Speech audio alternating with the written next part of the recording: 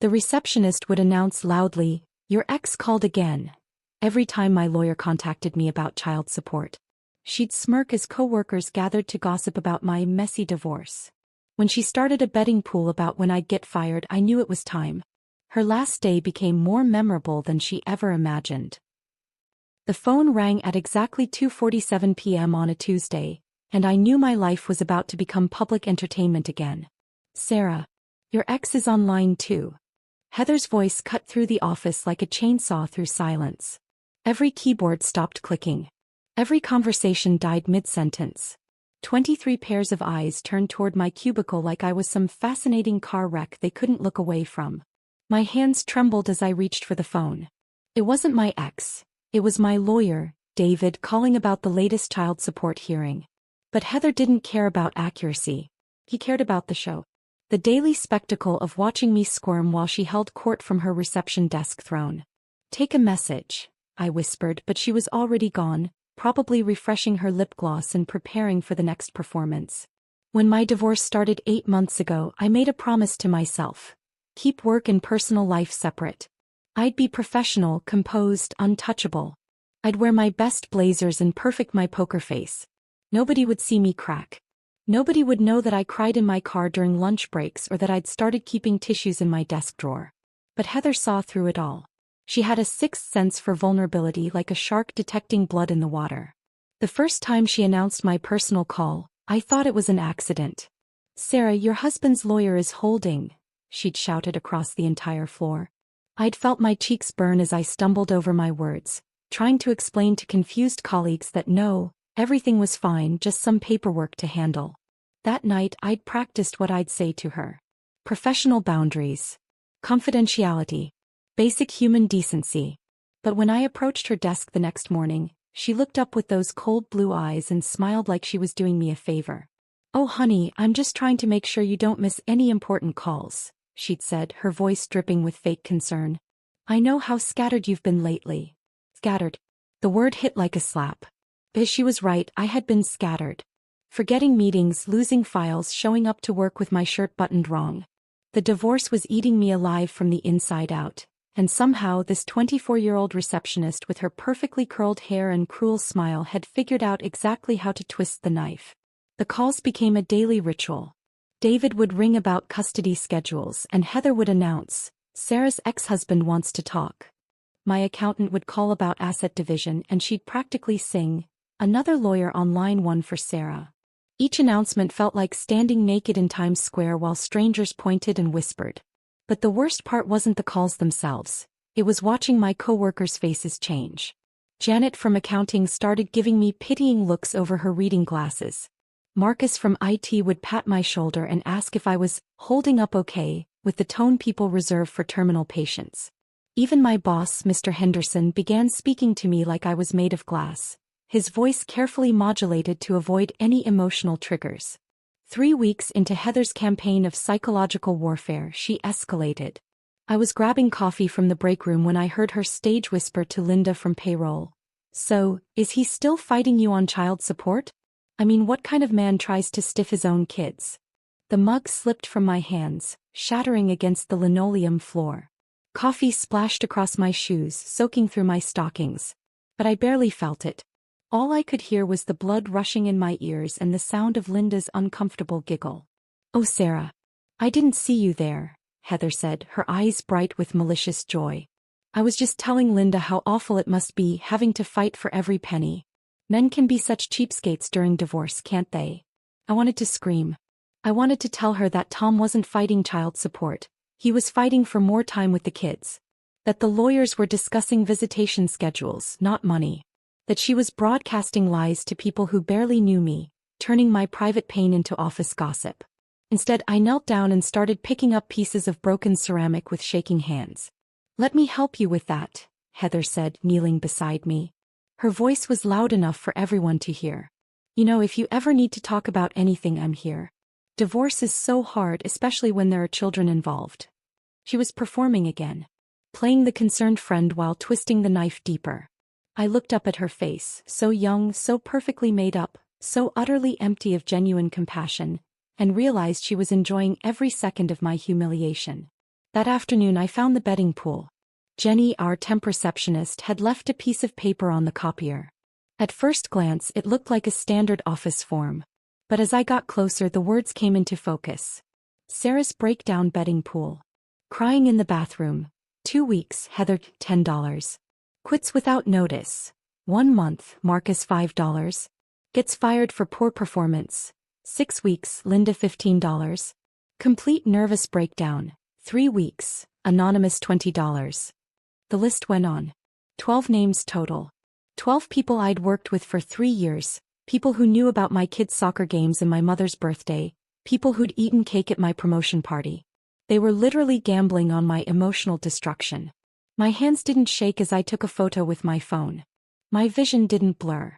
I felt nothing at all, just a cold, crystalline clarity that cut through months of confusion and self-doubt. I walked straight to HR. I need to file a complaint about workplace harassment, I told Patricia, sliding a printed copy of the photo across her desk. She studied it for exactly 43 seconds, then looked up with the expression of someone who'd just been asked to solve world hunger with a paperclip. Sarah, I understand you're going through a difficult time, she said, her voice carefully neutral. But this looks like harmless office banter. Maybe even a misguided attempt at support. Support. The word came out sharper than I intended. They're betting on when I'll have a nervous breakdown. I think you might be misinterpreting the situation. Heather mentioned that people are just concerned about you. Sometimes humor is how people cope with uncomfortable situations.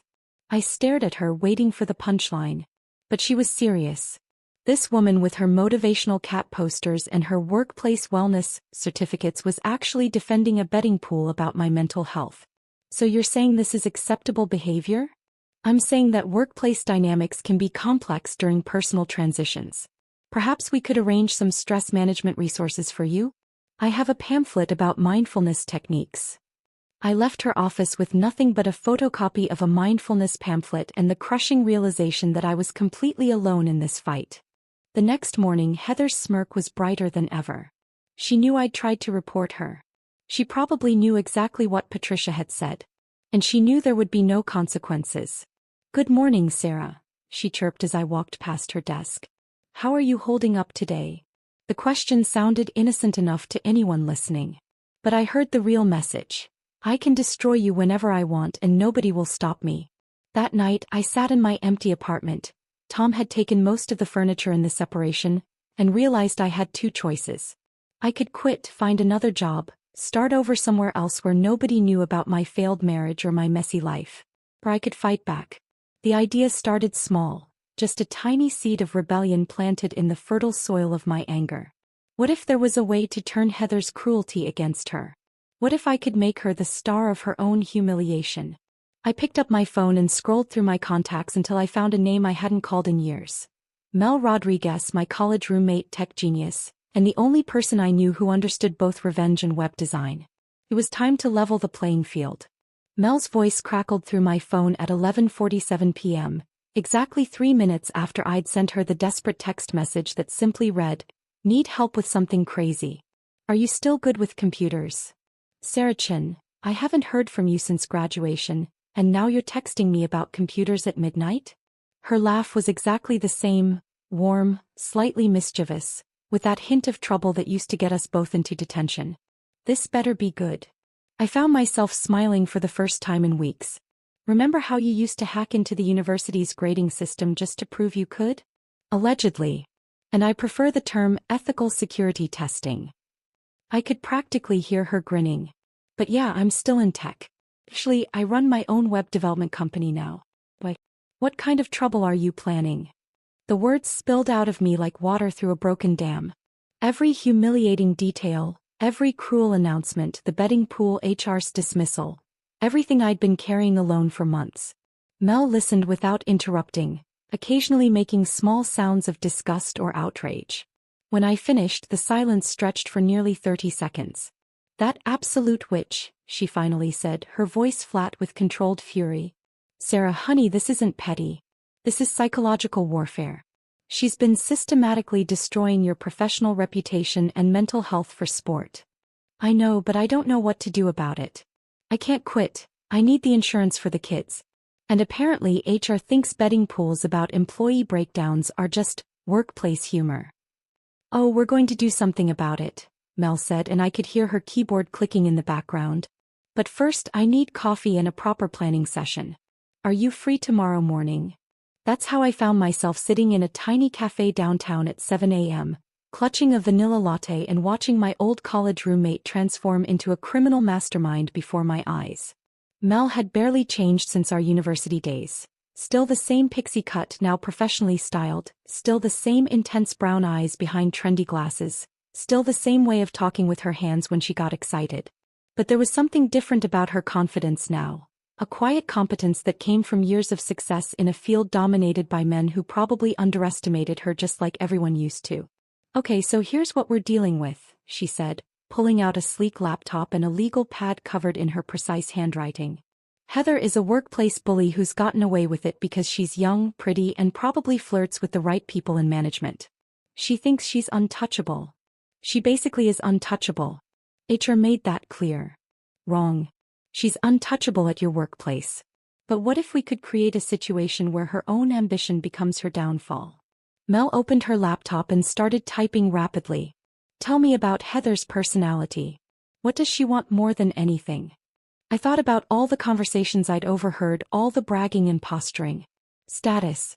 Recognition. She's always talking about how she's too good for this place, and how she deserves better. She name drops expensive brands, talks about her networking events, posts those inspirational career quotes on social media. Perfect. So she's ambitious, image-conscious, and probably underpaid. What's her educational background? Community college business degree. She mentions it whenever someone treats her like just a receptionist. Mel's fingers flew across the keyboard. Excellent.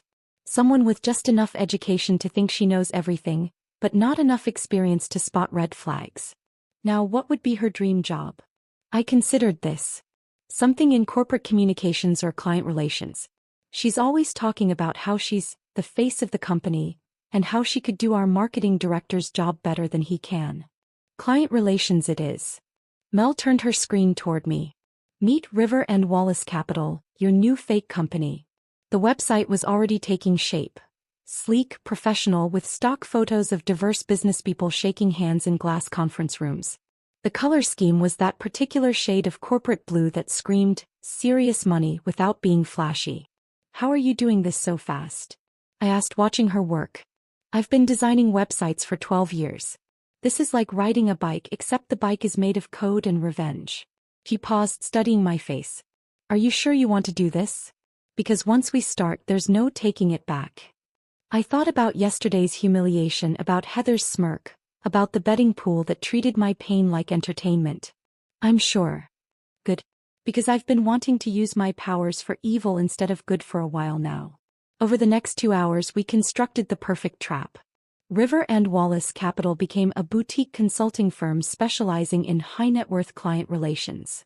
Mel registered the domain, created professional social media accounts, and even set up a temporary phone number that would forward to her cell. The job posting was a masterpiece of corporate manipulation. Executive Client Relations Manager, $85,000 to $95,000 annually plus performance bonuses. Seeking a dynamic professional to serve as the primary liaison between our exclusive clientele and senior management. Candidates must possess exceptional communication skills, professional presentation, and the ability to maintain confidentiality in high-stakes environments. That salary is going to get her attention, I said, watching Mel fine-tune the posting. That's the point. It's exactly high enough to make her think she's worth it, but not so high that it seems suspicious. Mel created a LinkedIn profile for Janet Morrison, Senior HR Director, complete with a professional headshot of a middle-aged woman she'd licensed from a stock photo site. Meanwhile, I'd been observing Heather more carefully at work. She spent at least an hour each day browsing job sites, not even trying to hide it. She'd recently started dressing more professionally, wearing blazers instead of her usual low-cut tops, and I'd overheard her on the phone telling someone about putting feelers out in the market. She's already job hunting, I reported to Mel during our lunch break phone call. Yesterday she was printing out her resume on company letterhead. Perfect timing then. Janet Morrison is about to discover Heather's exceptional qualifications. The plan was elegant in its simplicity. We'd send the job posting to Heather through an anonymous career tip email, the kind of thing ambitious people receive from networking contacts all the time. If she bit, we'd schedule a video interview where Mel would play Janet Morrison, the understanding HR director who saw Heather's true potential. What happens after the interview? I asked. We offer her the job, obviously, with a start date in 2 weeks. Just enough time for her to quit her current position and burn all her bridges. And then, Mel's smile was absolutely wicked. Then River and Wallace Capital suddenly has budget cuts and has to rescind the offer. Very unfortunate. Very last minute. Very embarrassing for someone who's already announced their big career move to everyone they know. I stared at her, feeling a mix of admiration and terror. Mel, that's genuinely diabolical. Thank you. I've been working on my villain origin story for years. That evening, Janet Morrison sent Heather a carefully crafted email. Hello Heather, your profile caught my attention through professional networking channels. We have a position that seems perfect for someone with your background and ambitions. I'd love to discuss this opportunity with you. By 8 a.m. the next morning, Heather had responded with her resume, a cover letter, and a request for a phone conversation at your earliest convenience. She's eager, Mel texted me. Almost too eager. This is going to be easier than I thought. I watched Heather during the day, noting how she kept checking her phone, how she'd straightened her posture and started speaking more formally to everyone. When our actual HR director walked by, Heather practically jumped out of her chair to make small talk. She's already mentally checked out, I told Mel that night. She's acting like she's above this place now. Excellent. Time for phase 2. The video interview was scheduled for Thursday at 6 p.m. After normal business hours, Janet Morrison explained, because our client relationships require discretion. Mel had borrowed her friend's downtown office space, complete with corporate art and a view of the city skyline. I watched from my car in the parking garage, connected to Mel's phone on speaker. Through the office window, I could see Heather in her best suit, sitting up straight and gesturing enthusiastically. Tell me about a time you handled a difficult client situation, Mel said in her Janet Morrison voice, slightly deeper than her natural tone with a hint of East Coast professionalism. Well, at my current position, I deal with difficult people every day, Heather replied, her voice bright with confidence. Just last week we had this employee going through a messy divorce and she was really bringing down the whole office mood. I took it upon myself to help her understand that personal problems need to stay personal, you know? I made sure she got the message that her issues were affecting everyone else's productivity. My hands clenched around the steering wheel. Even in a job interview, she couldn't resist bragging about tormenting me. That shows real leadership initiative, Mel responded smoothly. How did your management respond to your approach? They were very supportive. I think they appreciated having someone who wasn't afraid to address uncomfortable situations. I'm really the face of our office. I set the tone for how we interact with both clients and colleagues. The interview continued for 20 minutes, with Heather painting herself as an indispensable employee being held back by lesser colleagues and inadequate management. She name-dropped our company's clients, discussed confidential salary information, and basically handed us enough material to get her fired for cause if we wanted to. Heather, you sound like exactly what we're looking for, Mel finally said. I think you'd be a perfect fit for River and Wallace Capital. How does next Monday sound for a start date? I could see Heather's face light up through the window. That sounds perfect. I'll put in my notice tomorrow. Wonderful. I'll send you the offer letter tonight. As Heather practically skipped out of the building, Mel called me back. Holy cow, Sarah. She's even worse than you described. Did you hear her talking about managing difficult employees? She was literally bragging about bullying you. I heard every word. Good. Because now I don't feel even slightly bad about what we're going to do to her. Neither did I.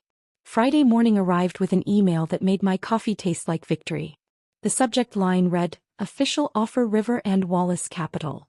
And I watched from across the office as Heather's face transformed into pure euphoria while reading it on her phone. She didn't even wait until her lunch break. Mr. Henderson. Her voice carried across the entire floor as she practically bounced toward our manager's office. I need to speak with you privately. It's about my career trajectory. I buried my face deeper into my computer screen, pretending to analyze spreadsheets while actually listening to every word filtering through Henderson's thin office walls. Incredible opportunity. Prestigious firm. They specifically recruited me. Double my current salary. Henderson's responses were muffled, but I caught phrases like 2 weeks notice and transition period. When Heather emerged 20 minutes later, she looked like she'd just won the lottery and discovered the fountain of youth simultaneously. "Well, everyone," she announced to the office at large, "I have some exciting news to share." Nobody asked. We all just stared, trapped in the uncomfortable silence of people who knew they were about to become an unwilling audience. "I've been offered an executive position at River and Wallace Capital. They headhunted me specifically for my client relations expertise." She paused dramatically, letting this fictional accomplishment sink in. "My last day will be next Friday." The reactions were mixed, some genuine congratulations from people who genuinely liked her, awkward smiles from those who didn't, and knowing glances between the people who'd participated in the betting pool. I managed what I hoped looked like surprise disappointment. "Wow, Heather, that's sudden," I said, proud of how steady my voice sounded. "Well, Sarah, when opportunity knocks, you don't keep it waiting." Her smile was sharp enough to cut glass. "Some of us are meant for bigger things." But Friday was just the preview. Monday morning was the main event. Heather arrived an hour early, carrying 3 pink bakery boxes and wearing a blazer I'd never seen before, probably bought specifically for this moment.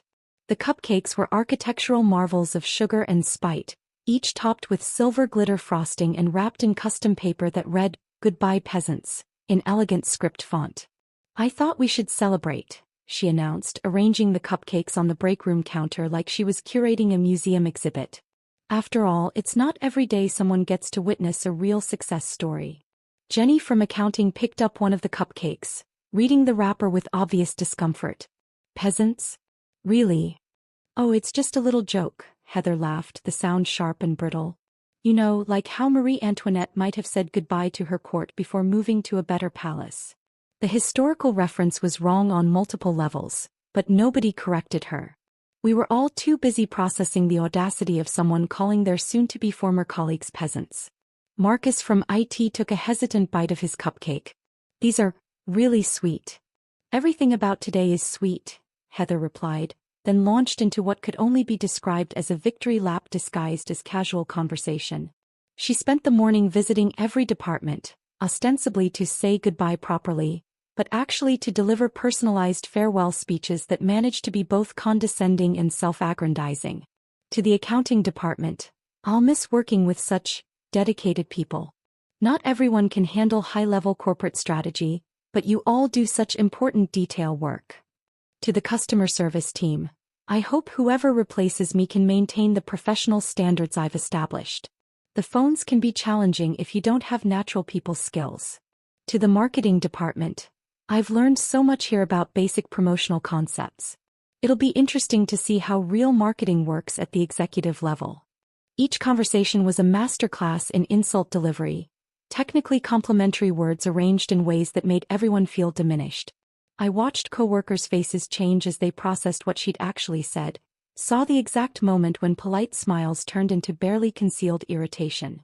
By lunch, the office atmosphere had shifted from awkward celebration to quiet resentment. People were starting to remember why they wouldn't miss her. But Heather was oblivious, riding too high on her fictional success to notice the cooling reception. She spent her lunch break on the phone in the parking lot, probably telling friends and family about her amazing new job. I could see her gesturing enthusiastically through the window, her free hand painting grand pictures in the air. The afternoon brought the piece de resistance of her farewell tour. At 3:30 p.m. she appeared beside my desk carrying a small wrapped gift and wearing an expression of theatrical sympathy that made my skin crawl. "Sarah, I wanted to give you this before I left." She placed the gift on my desk with the ceremony of someone bestowing a great honor. "It's a little something to help with everything you're going through." I unwrapped it slowly, aware that half the office was watching. Inside was a book, Emotional Resilience, Bouncing Back from Life's Setbacks, with a bookmark placed at Chapter 3, When Personal Problems Affect Professional Performance. "I thought it might help," she said, her voice loud enough for everyone to hear. I know how hard it's been having your personal life become so public. This author has some really good strategies for compartmentalizing. The gift was brilliant in its cruelty, ostensibly thoughtful while actually highlighting every way she'd made my life miserable. She was literally giving me a self-help book about the problems she'd created. Thank you, I managed, setting the book aside. That's very thoughtful. I just want you to know that once I'm gone, things might be quieter for you. You'll be able to handle your personal calls more privately. She leaned closer, lowering her voice to a stage whisper. Maybe now you can cry in peace, huh? The words hit like ice water, but instead of the usual humiliation, I felt something else entirely. Relief. Because I knew something she didn't. Her finish line was actually a cliff edge, and she was sprinting toward it with absolute confidence. I smiled. Not the fake professional smile I'd been wearing for months, but something genuine and mysterious that made her frown slightly. I'm sure everything will work out exactly as it should, I said. She studied my face for a moment, probably trying to decode my unexpected calm, then shrugged and moved on to her final rounds. At 5 p.m. sharp, she made her grand exit. Henderson emerged from his office to accept her badge and keys, managing to look appropriately sorry to lose such a valuable team member. She hugged him, an embrace he clearly didn't want but couldn't avoid, then picked up the small cardboard box containing her desk items. The box was pitifully small for someone who'd worked here for 2 years. A few personal photos, some fancy pens, a coffee mug that said "Boss Lady," and the motivational calendar she'd used to post inspirational quotes about success and ambition. Well, peasants, she announced to the office one final time, it's been real. Don't be strangers. I'll try to remember you all when I'm making the big decisions downtown. She walked toward the elevator with the confidence of someone who'd just conquered the world. A few people waved goodbye. Most just watched her go with expressions of relief and barely contained disbelief. The elevator doors closed on her smug little wave, and the office exhaled collectively. Did she actually just call us peasants again? Marcus asked the room at large. Twice, Jenny confirmed, and gave Sarah a self-help book about personal problems. What a piece of work, someone muttered from the back of the room. But I wasn't listening to the post-departure analysis. I was already texting Mel. The Eagle has landed. Phase 3 is go. That evening, Mel and I drove to the co-working space she'd rented under River and Wallace Capital's name. The building was legitimately professional. Glass lobby, security desk, elevator music that whispered serious business in minor keys. We took the elevator to the 14th floor and found our temporary office. For $300, we'd rented it for exactly 1 week. Just long enough to make our illusion convincing to anyone who might verify the address.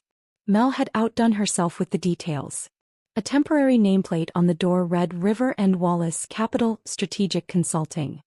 Inside, she'd arranged generic office furniture, hung some stock photography of handshakes and skylines, and placed several official-looking binders labeled with fake client names.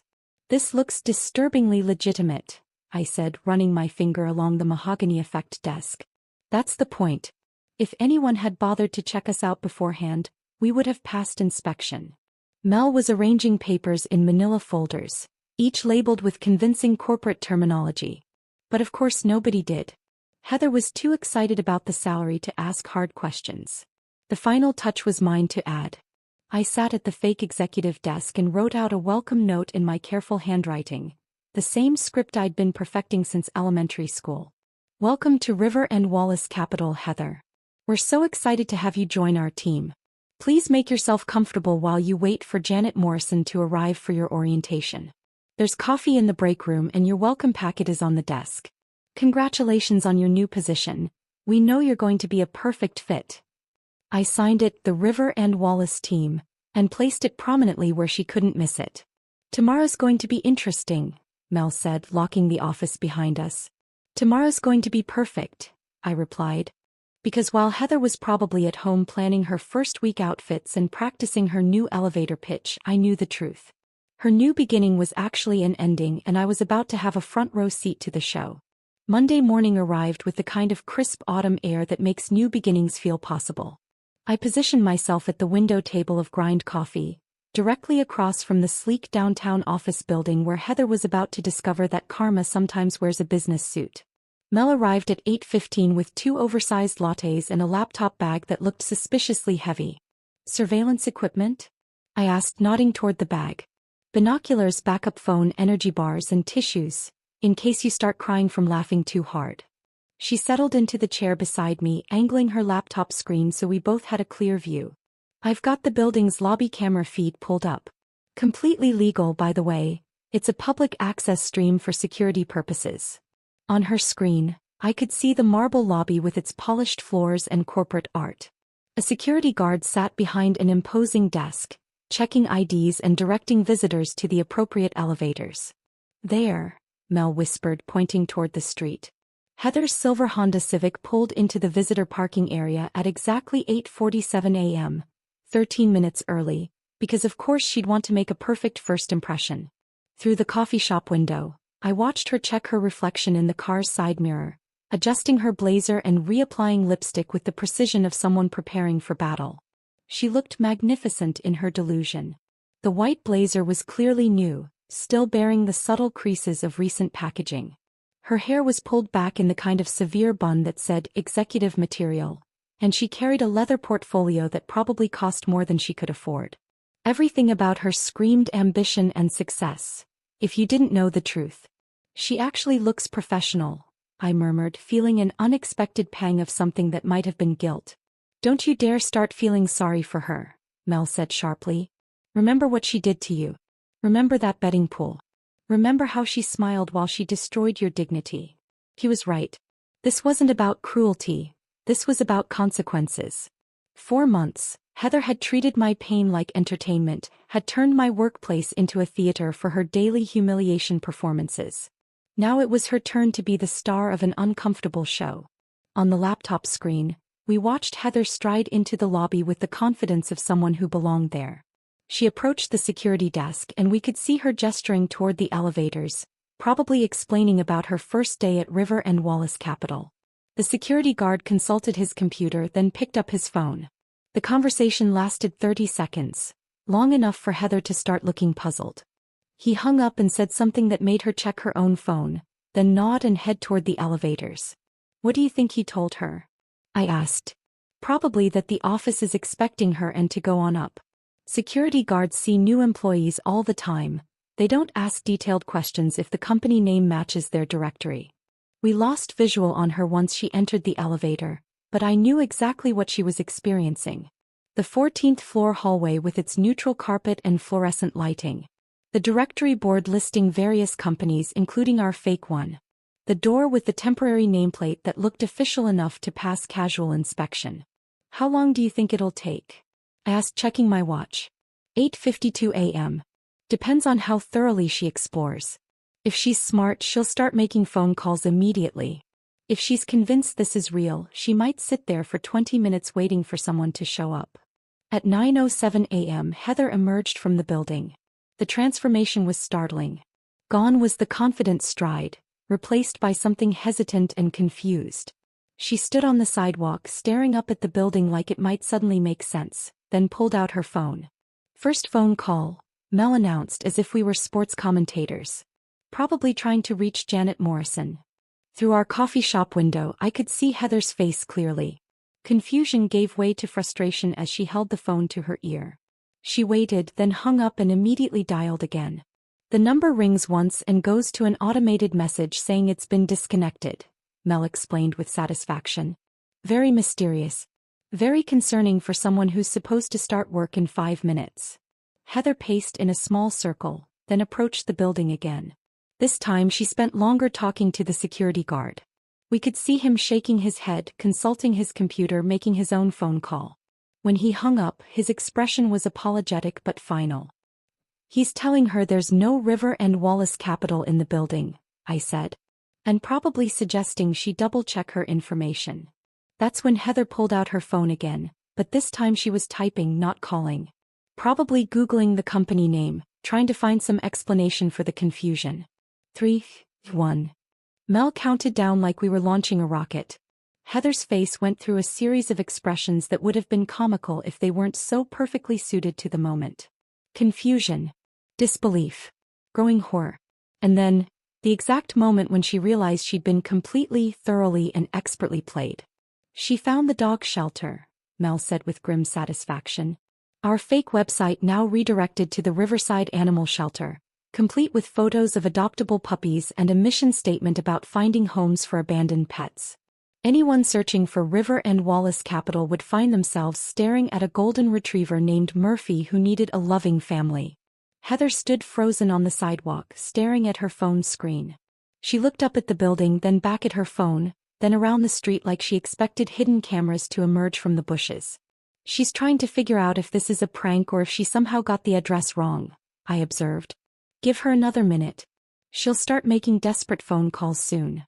Sure enough, Heather began what could only be described as a phone call frenzy. Call after call, each one lasting longer than the previous, each one ending with more obvious frustration. She was probably trying to reach anyone who might have information about River and Wallace Capital. Former colleagues who might have heard of the company, friends in HR who could check their databases, anyone who could help her make sense of what was happening. After her sixth phone call, she walked back to her car and sat in the driver's seat with the door open. From our vantage point, we could see her bent over something. Probably her laptop, frantically searching for any trace of the company that had supposedly hired her. This is the best part, Mel said softly. Right now, she's discovering that River and Wallace Capital never existed. The LinkedIn profiles are gone. The job posting has vanished. Every trace of her dream job has evaporated like it was never real. Which of course it wasn't. But there was one thing that was very real waiting for her in that fake welcome packet. Something that would make this morning infinitely worse than just a prank gone wrong. How long before she goes back upstairs? I asked. She won't. She's too embarrassed. But she'll obsess over this for hours, trying to figure out what happened. We were wrong. After 20 minutes in her car, Heather marched back into the building with the determination of someone who refused to be defeated by confusing circumstances. This time she stayed upstairs for almost 10 minutes. When she emerged, she was carrying the manila folder we'd left on the desk. She found our little present, Mel said. Even from across the street, we could see that Heather's face had gone pale. She stood outside the building reading whatever was in that folder, and with each passing second she seemed to shrink a little more. What exactly did you put in there? I asked. The betting pool printout. The one with all the names and dollar amounts and predictions about your breakdown. Plus a little note explaining that maybe she shouldn't have made your life miserable for sport. Heather looked around the street wildly, as if trying to spot whoever had orchestrated this elaborate deception. Her eyes swept across the coffee shop window where we sat, but she was looking for enemies, not former victims, so her gaze passed right over us. She got back in her car, but this time she didn't sit calmly. She was gesticulating, probably on another phone call, trying to explain to someone, maybe a friend, maybe a family member, that she'd been the victim of an elaborate hoax. The real beauty of this, Mel said, watching Heather's animated conversation through her car window, is that she can't prove any of it. If she tries to tell people she was scammed, she has to admit she quit her job for a company she never properly researched. If she tries to report it as fraud, she has to explain why someone would target her specifically. Either way, she looks like either an idiot or someone who probably deserved it. At 10:23 a.m. Heather finally drove away. I never saw her again, but the aftermath of that morning rippled through both our lives in ways I couldn't have anticipated. Within a week, word had somehow gotten back to our old office that Heather's amazing new job had fallen through under mysterious circumstances. Nobody asked me about it directly, but I caught knowing looks and overheard whispered conversations about karma and comeuppance. The best part came 2 months later, when Marcus from IT casually mentioned that he'd heard from a friend at another company that they'd interviewed someone who'd tried to explain being the victim of an elaborate employment scam, and had been politely but firmly escorted out of the building. Apparently, he said, organizing cables at his desk while talking to Jenny from accounting, this person couldn't provide any coherent details about the scam, and kept insisting that former coworkers had set her up. Made her sound completely paranoid. That interview had been Heather's bridge back to professional respectability, and her own paranoid explanations had burned it down. Sometimes the best revenge is simply letting someone's true character speak for itself. The first thing I noticed when I walked into the office that Tuesday morning was the silence. Not the uncomfortable, tension-filled quiet that had become our normal background music, but something else entirely, the absence of a toxic presence that had been poisoning our air for so long we'd forgotten what clean breathing felt like. Linda from payroll was actually humming while she sorted invoices. Marcus had his headphones off for the first time in months, chatting casually with Jenny about weekend plans. Even Mr. Henderson seemed lighter, his usual stress-induced frown replaced by something approaching contentment. "It's amazing how one person can change an entire atmosphere," Jenny whispered to me as we waited for our coffee to brew in the break room. I didn't realize how much I'd been walking on eggshells until I stopped having to. But the real changes started with the conversations. First, it was Marcus who approached my desk on Thursday, fidgeting with a USB cable and avoiding eye contact. "Hey Sarah. I wanted to say something. But when Heather was here." I looked up from my computer, genuinely curious. Marcus and I had always been cordial colleagues, but we'd never had what you'd call a real conversation. "I knew what she was doing to you," he continued, his voice barely above a whisper. "The phone calls, the comments, all of it. And I should have said something. Should have backed you up when you went to HR." He finally met my eyes. I was a coward. We all were. The apology caught me off guard. I'd spent so many months feeling isolated, convinced that my coworkers either didn't notice or didn't care about Heather's behavior. Learning that they'd seen everything and felt guilty about their inaction was both validating and heartbreaking. "She had this way of making anyone who challenged her look like the problem," I said carefully. "I understand why people stayed quiet. No, that's not an excuse. She was always cruel even before you became her main target. Remember when she made fun of Angela's stutter during that client presentation? Or when she accidentally scheduled the holiday party during Rashid's religious observance?" Marcus shook his head. "We all just put up with it because no one knew what to do. Or maybe because we were scared we'd be next." Over the following weeks, more people came forward with similar confessions. Apparently, Heather's reign of workplace terror had been far more extensive than I'd realized. She'd been systematically undermining people for years, always careful to stay just under the radar of formal complaints. Jenny revealed that Heather had once spread rumors about her unprofessional relationship with a client, based on nothing more than friendly email exchanges. Angela from customer service admitted that Heather had been intercepting her important calls and claiming she was protecting the company from Angela's communication issues. Even Linda confessed that Heather had been making pointed comments about her age and suggesting she should consider retirement while she still had her dignity. "The thing about bullies," Angela said during one of our impromptu group therapy sessions disguised as coffee breaks, "is that they're really good at making each victim feel like they're the only one. Like there's something specifically wrong with them that attracts the abuse." I thought about this revelation while drafting an email that had been months in the making. The anonymous report to HR wasn't about revenge. It was about documentation. About ensuring that if Heather ever tried to return or if our company ever hired someone like her again, there would be a paper trail. The report was 15 pages long. Screenshots of the betting pool. Detailed accounts of public humiliations. Testimonials from 6 different employees describing patterns of harassment, discrimination, and toxic behavior. Medical documentation of my stress-induced insomnia and anxiety. Performance reviews showing how my work had suffered under constant psychological pressure. I included everything, then saved it as an anonymous PDF and sent it from a temporary email account to both HR and our regional manager. The response was swift and comprehensive. Within 2 weeks, Patricia from HR scheduled individual meetings with every employee mentioned in the report. The interviews were confidential, but word traveled through our small office that they were taking the allegations seriously. Finally, a month later, I received an unexpected email from Mr. Henderson. "Sarah, would you be interested in participating in our new workplace wellness initiative? We're redesigning our policies around professional conduct and employee mental health, and I think your insights would be valuable."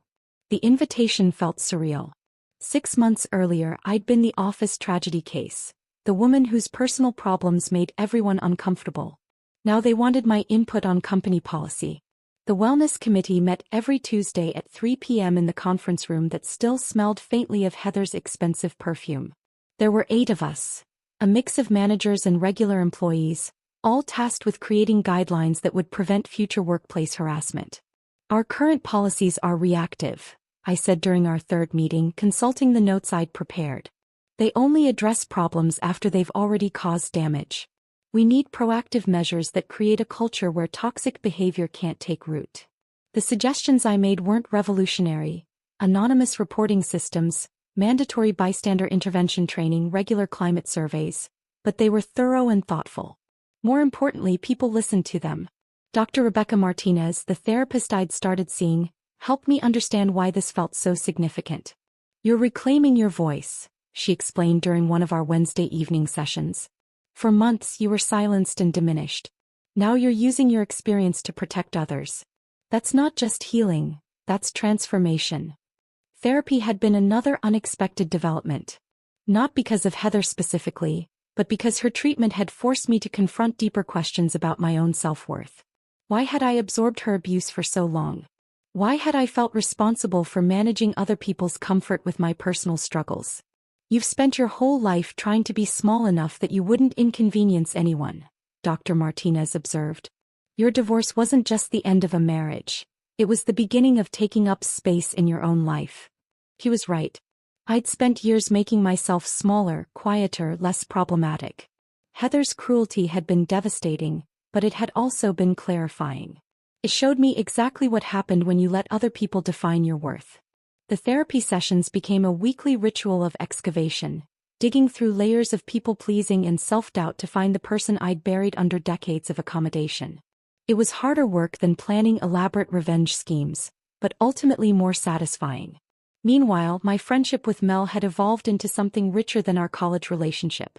Shared mischief had given way to shared growth. We talked on the phone every few days, comparing notes on career challenges and personal revelations. "You know what's funny?" she said during one of our evening calls. "I learned as much about myself planning your revenge as you did executing it. Turns out I'm really good at strategic thinking when I'm properly motivated." "You should add workplace justice consultant to your resume," I suggested. "Don't think I haven't considered it." Karma Solutions, strategic problem resolution for toxic work environments. We could make millions. We both laughed, but there was something appealing about the idea. Not the revenge part, that had been a one-time therapeutic exercise, but the problem-solving aspect.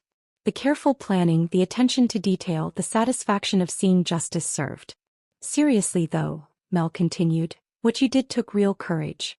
Not the revenge part, but everything after. The HR report, the wellness committee, the therapy.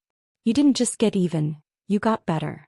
That phrase stuck with me. I didn't just get even, I got better. Because that's what the ripple effect had really been about. Not just removing a toxic person from our environment, but creating space for all of us to become better versions of ourselves. Space for Marcus to speak up about injustice. Space for Angela to address her communication challenges with support instead of mockery. Space for me to discover that my voice, when I chose to use it, was stronger than I'd ever imagined. The office wellness policy we created was implemented company-wide 6 months later. It included everything we'd recommended: anonymous reporting, bystander training, regular climate assessments, and most importantly, a zero-tolerance policy for pattern harassment. But the real victory wasn't the policy changes or the committee appointment or even the respect I'd gained from my colleagues. The real victory was waking up each morning without dread, walking into work without armor, existing in my own space without apology. Heather's absence had created room for all of us to breathe again. And in that space, we discovered we were stronger, kinder, and more capable than we'd ever been allowed to believe. The finality of it all didn't hit me with fanfare or fireworks. It arrived on a Thursday afternoon in March, 6 months after Heather's dramatic exit, when I realized I'd gone an entire week without thinking about her once. I was reorganizing my desk drawer, the same one where I'd kept tissues during my darkest days, when my fingers brushed against a small piece of paper I'd forgotten was there. The copy of the note I'd left in Heather's fake welcome packet. "Maybe now you'll learn not to bet on someone else's pain." Looking at those words now, written in my own careful handwriting, I felt something unexpected. Not satisfaction or vindication, but a kind of gentle closure, like finding the last piece of a puzzle you'd given up on completing. The note wasn't about Heather anymore. It had become something else entirely, a testament to a version of myself I'd discovered in the depths of humiliation. The woman who wrote those words had been angry, yes, but also strategic. Hurt but not broken. invisible but not powerless. I smoothed the paper between my fingers, remembering the satisfaction I'd felt placing it in that manila folder. Then I folded it carefully and put it back in the drawer. Not as a trophy but as a bookmark in the story of who I was becoming. My divorce had finalized the month before with all the drama of signing a cell phone contract. Tom and I sat in a sterile conference room while lawyers shuffled papers and discussed asset division like we were dissolving a small business rather than a 15-year marriage. When it was over, we shook hands in the parking lot.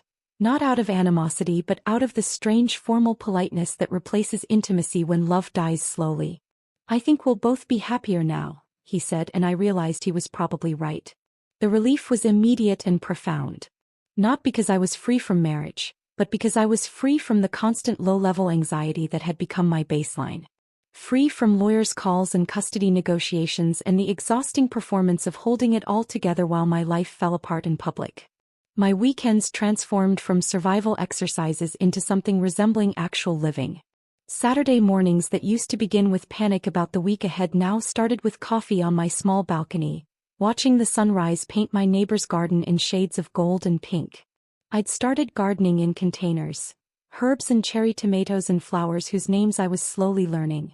There was something deeply satisfying about nurturing things that grew quietly, without drama or manipulation or toxic competition. My basil plants didn't judge my emotional state or bet on my likelihood of success. The kids adjusted to the new custody arrangement with the resilience children possess when adults stop pretending everything is fine. Emma, my 12-year-old, actually seemed relieved when I stopped trying to maintain the fiction that mommy and daddy just needed to work some things out.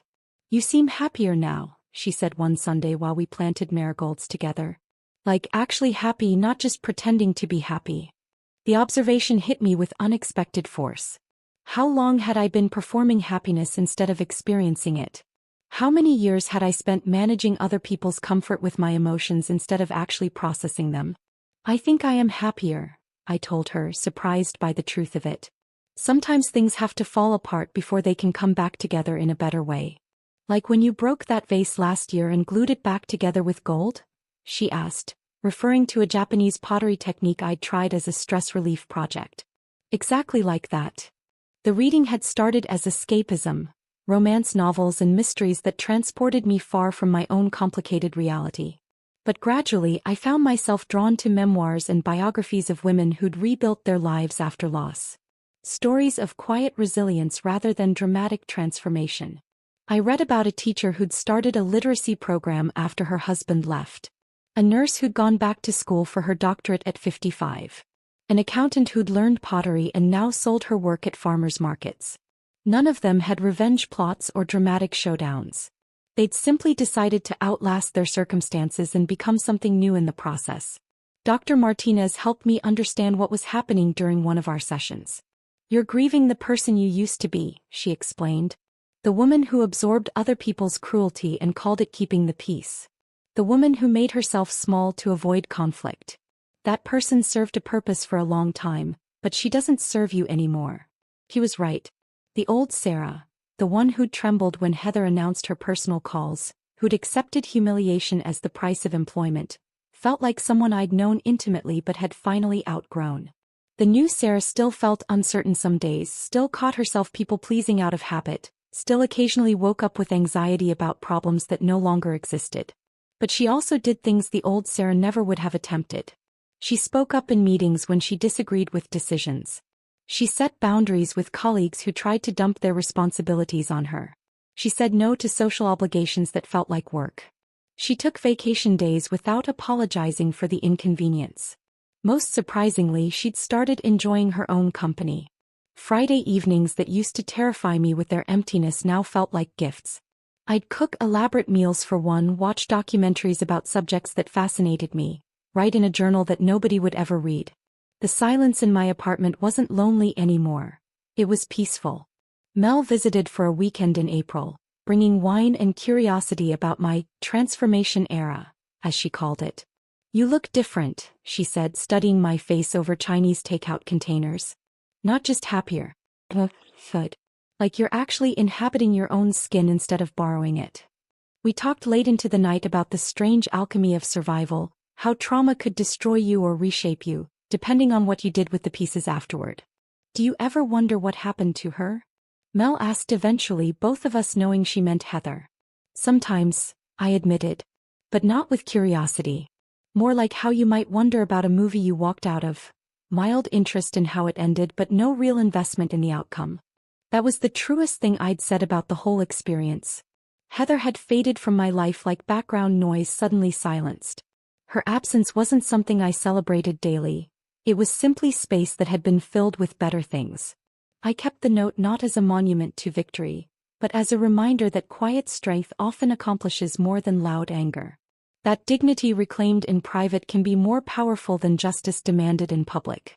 That sometimes the most effective revenge is simply living well enough that your enemy becomes irrelevant. The woman who'd planned Heather's downfall had been driven by righteous fury and strategic thinking. But the woman who'd built something meaningful from the aftermath had been driven by something more sustainable. The simple determination to outlast her circumstances and create something better on the other side. In the end, I didn't need applause or acknowledgement or even the satisfaction of knowing Heather had learned her lesson. I didn't need her apology or her downfall or her recognition of the pain she'd caused. I just needed to wake up each morning in a life I'd chosen rather than one I'd simply endured. And for the first time in years, that's exactly what I had.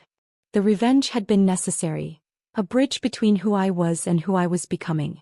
But the real victory was discovering that I didn't need to carry it forward. I could set it down and walk toward something better, something quieter, something that belonged entirely to me. If this story of workplace justice had you completely hooked, hit that like button right now.